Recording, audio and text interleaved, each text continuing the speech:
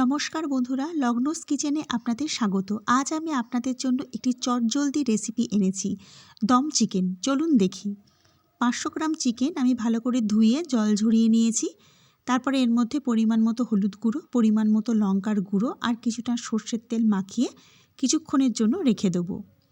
তারপর গ্যাসের আছে কড়াই বসিয়ে তাতে সর্ষের তেল নিয়ে 4টে তেজপাতা, 7-8টা গোলমরিচ, 4টে ছোট এলাচ, 4-5টা লবঙ্গ আর 2-3 টুকরো দারচিনি দিয়ে দেবো। এই রান্নাতে আমরা কোনো রকম জলের ব্যবহার করব না।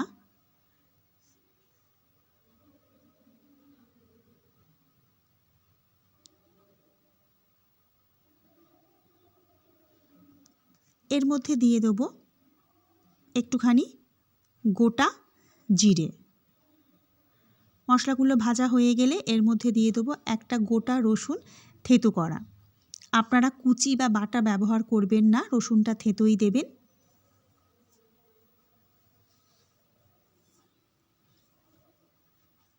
সংসারে দেখবেন অনেক অন্যান্য কাজ থাকে। একটা দিন রান্নাঘর থেকে একটু ছুটি পেতে আমাদের ইচ্ছা করে, কিন্তু তা তো হলে চলবে না। দেখা গেল সেদিনকেই আপনাকে চিকেন করতেই হলো। এই রান্নাটা তখন একবার ট্রাই করতে পারেন, খুব সহজেই হয়ে যায়। দেখুন রসুনটা এখানে ভাজা হয়ে গেছে। এবার এর মধ্যে মিশিয়ে দেবো 4টে পেঁয়াজের কুচি। আমরা পেঁয়াজটা বেশি ভাজবো না, একটু নরম করে নেব।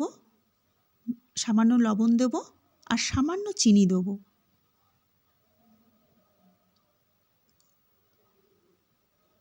এক মিনিট মতো একটু নেড়ে চেড়ে দেবো।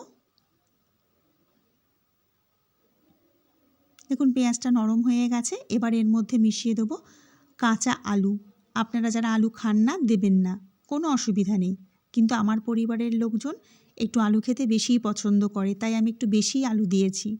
এবার মেখে রাখা চিকেনটা সাথে সাথে এর মধ্যে দিয়ে দেবো।